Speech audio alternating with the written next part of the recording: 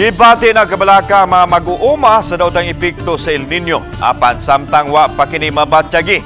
Gipahimuslan una nila ang kaabundang ani sa abot sa umahan sama sa sweet corn sa Bukirang Barangay sa Adlaon, Dakbayan sa Sugbo.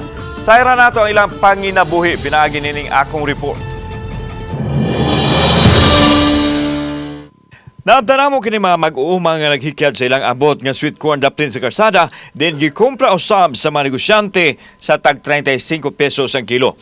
Mato di manang Valeriana nga abunda pa ang ilang abot sa mais sa pagkakaron apan nabalaka siya sa baos unya ini pag-abot sa El Nino. Ang atong abot kuan pa abunda pa. Abunda pa.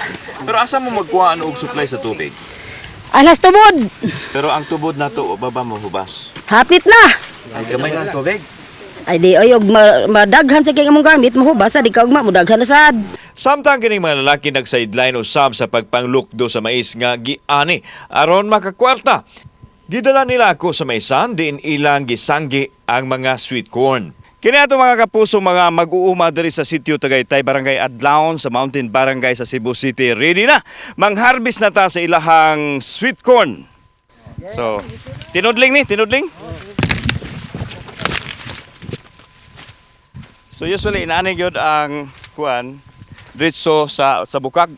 Kutob sa atong madaog ha. Sila na ang mosapli sa puso sa mais ug ibutang sa ilang sudlanan nga bukag ug sako.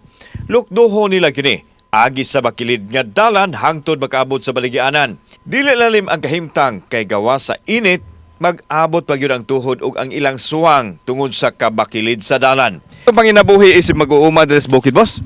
Ay okay ra man sir. Mga atong kuan. So unsay mga problema ninyo diri? Tubig, Okay nang mag-init, tubig gid eh.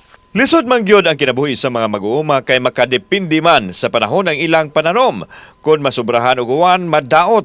Kung masubrahan sa init, mosamot. Busa ikinahanglan nga adunay tinigom nga magamit inig abot sa tinglisod.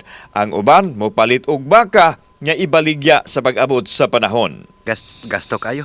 Unya makapalit lang tag baka. Oh, kapalit sad usahay. Usahay ma. Piniang ma. Pilyor.